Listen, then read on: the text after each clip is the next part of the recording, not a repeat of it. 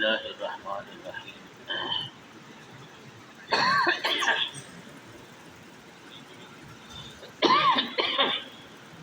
نحمده ونصلي على رسوله الكريم.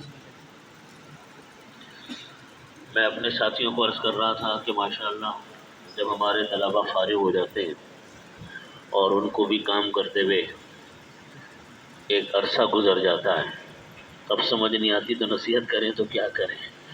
سب ماشاءاللہ اہل نصیحت ہیں، سب کام پہ لگے ہوئے ہیں، تو اس لیے آپ کے لیے کوئی بات نئی تو ہے نہیں، سب سنی ہوئی باتیں ہوں گی آپ کے لیے. لیکن اس اجتماع کا فائدہ یہ ہوتا ہے جو پچھلے سال سے شروع ہوا، پچھلے سال یا اس سے پچھلے سال سے، کہ ماشاءاللہ سب سے ملاقاتیں ہو جاتی ہیں، ایک دوسرے کو دیکھ لیتے ہیں، چہروں میں جو تغیرات پیدا ہوئے وہ بھی یاد آ جاتے ہیں پرانے، اور سب سے ملاقات ہو جاتی ہے، سب کے احوال پتہ چلتے ہیں. اور اصل چیز یہ ہوتی ہے کہ آپس کا ایک ربط بحال ہو جاتا ہے. آپس کا ربط جو ہوتا ہے وہ ایک بڑی اہم چیز ہوتی ہے. میرے سے ساتھیوں نے یہ فرمایا کہ کچھ بات نصیحت کی کر لیں.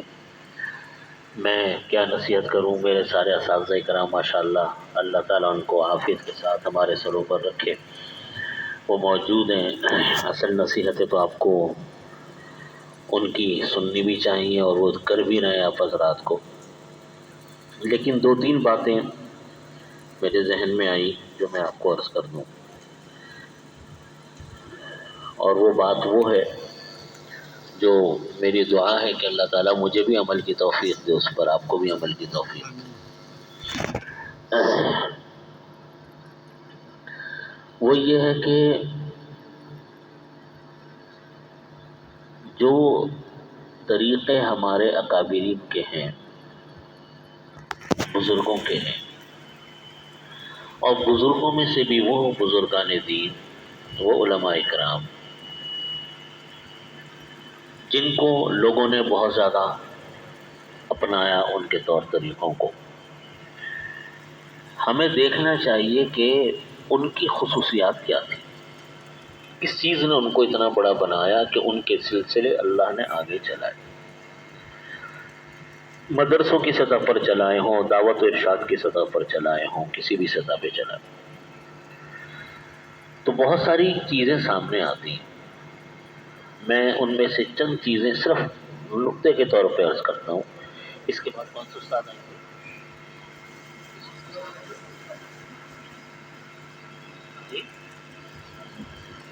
12 بجے، ٹھیک ہے. نقطے کے طور پہ عرض کرتا ہوں، اور کچھ چیزیں وہ ہیں جو میں ایک بڑی تبدیلی ہر کچھ عرصے بعد پیدا ہوتی ہے، اور وہ تبدیلی جو نظر آ رہی ہے، آپ کو بھی نظر آ رہی ہے، مجھے بھی نظر آ رہی ہے، اور ہم سب اس کے اندر ماحول کا چونکہ حصہ ہیں تو ہم سب اس کے اندر داخل ہو جاتے ہیں. ان کی ہم روک تھام کیسے کریں؟ پہلی بات میں یہ عرض کرتا ہوں کہ ہمارے اکابرین کا معاملہ یہ تھا، اور وہ معاملہ اکابرین کا کیا بلکہ قرآن پاک کا حکم ہے، نبی علیہ الصلوۃ والسلام کا فرمان ہے، تو بزرگان دین نے اس کو عضو علیہا بالنواجذ کے طور پہ تھاما ہوا. جو ہمارے اندر کم ہے وہ ہے امرہم شورا بینہم. ہے تو اللہ تعالیٰ کس کو حکم دے رہے ہیں؟ آپ دیکھو تو صحیح، اللہ کے بعد اللہ کے نبی سے بڑا تو کوئی نہیں ہو سکتا. ان کو حکم ہے کہ امرہم شورا بینہم وشاورہم فی الامر، کہ اپنے معاملات میں کیا کرو؟ مشاورت. اب نبی علیہ الصلوۃ والسلام صاحب وحی، جن کے پاس جبریل امین علیہ الصلوۃ والسلام وحی لے کر آتے، ان کو اب یقیناً وہ جو مشورہ اپنے چھوٹوں سے ہی کریں گے نا، ان سے بڑا تو کوئی نہیں. صحابہ کرام رضی اللہ عنہم ہیں، حضرت ابو بکر صدیق ہیں، حضرت عمر فاروق ہیں رضی اللہ عنہم. تو اس کی میں یہ عرض کرتا ہوں کہ یہی طریقہ ہمارے بزرگوں نے اپنایا. ہمیشہ میں نے جتنے بزرگوں کو میں نے دیکھا، ہمارے سے پہلے جو بزرگ تھے جن کے بارے میں ہم پڑھتے ہیں، سنتے ہیں، ان کے حالات کو پڑھتے ہیں، ان کے معاملات میں یہی دیکھے کہ انہوں نے ہمیشہ معاملات کو مشوروں سے کیا، اپنی نہیں چلانے کی کوشش کی۔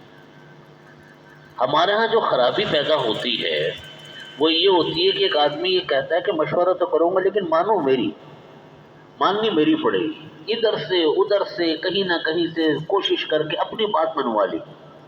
یہ مشورے کا حاصل نہیں۔ مشورے کا حاصل یہ ہے کہ باہمی اتفاق سے، باہمی رائے سے، بعض اوقات اپنی بڑی اچھی رائے چھوڑنی پڑتی ہے، لیکن سسٹم کو چلانے کے لیے، نظام کو چلانے کے لیے، ساتھیوں کا اعتماد رکھنے کے لیے ہمیں مشورہ کرنے کی بہت ضرورت ہوتی ہے۔ میں تبلیغی جماعت کے حضرات میں یہ بات بہت دیکھتا ہوں کہ ہر چیز میں وہ لوگ مشورہ کرتے ہیں۔ واقعتاً وہ اصل میں تربیت ہے، ہماری تربیت کا ایک حصہ ہوتا ہے، ساتھیوں کی تربیت کا ایک حصہ ہوتا ہے۔ ہر اچھی چیز کہیں سے ملے انسان کو فوراً اس کو لینے چاہیے، یعنی وہ اس حد تک مشورہ کر رہے ہوتے ہیں کہ بعض اوقات لگتا ہے کہ زیادہ کر رہے ہیں، لیکن اس تربیت کا ایک حصہ تاکہ ہماری زندگیوں میں مشورہ آئے۔ اور چونکہ کلام پاک کا حکم ہے، نبی کریم صلی اللہ علیہ وسلم کا فرمان ہے، حدیث ہے، اس لیے اس میں اللہ نے برکت بہت رکھی۔ میں نے اپنے والد صاحب دامت برکاتہم، اللہ تعالیٰ ان کو مکمل شفا عطا فرمائے، تندرستی عطا فرمائے، میں نے دارالعلوم کے معاملات میں ان کو یہ دیکھا کبھی کوئی کام اپنی مرضی سے نہیں کرتے تھے، ہمیشہ مشورہ ضرور کرتے تھے۔ یعنی جو مسجد میں ہم بیٹھے ہوئے ہیں نا، اس کی ایک ایک اینٹ پر انہوں نے مشورہ کیا ہو۔ آپ لوگ بھی سامنے، آپ لوگ بھی یہاں رہے، دارالاقامہ کے اندر عصر سے مغرب تک اساتذہ کی پوری ٹیم جاتی تھی روزانہ معمولاً۔ کبھی کوئی وجہ ناقے کی ہو گئی سو ہو گئی، اور یہاں واش بیسن ادھر لگے گا یا ادھر لگے گا، چولہا ادھر لگے گا یا ادھر لگے گا، نل کے ادھر لگیں گے یا ادھر لگیں گے، روزانہ معمولاً عصر سے مغرب تک اساتذہ جاتے تھے۔ اور وہ اساتذہ جو کہ ذرا تعمیری معاملات میں اور طلبہ کے معاملات میں پیش رہتے تھے اور ایک رائے رکھتے تھے، وہ ضرور ساتھ ہوتے۔ بہت سارے موقعوں پر میں نے دیکھا والد صاحب نے اپنی رائے کو چھوڑا، اساتذہ کی رائے کو لیا، انجینئروں کو، آرکیٹیکٹ کی رائے کو لیا، اور ہمیشہ مشورے کے بعد یہ جملہ فرماتے تھے کہ اللہ نے مشورے میں بہت برکت رکھی۔ مشورے کا حاصل یہ ہوتا ہے کہ ضروری نہیں ہے کہ آپ کا ہر مشورہ قابل قبول ہی ہو، نہ انسان کو اپنی رائے سے ہٹنے پر کوئی، ہمارے ہاں یہ بہت بڑا مسئلہ ہو گیا۔ میں دو باتیں اپنے ماحول میں بہت محسوس کرنے لگا ہوں، شاید مجھے پہلے اتنی نظر نہیں آتی۔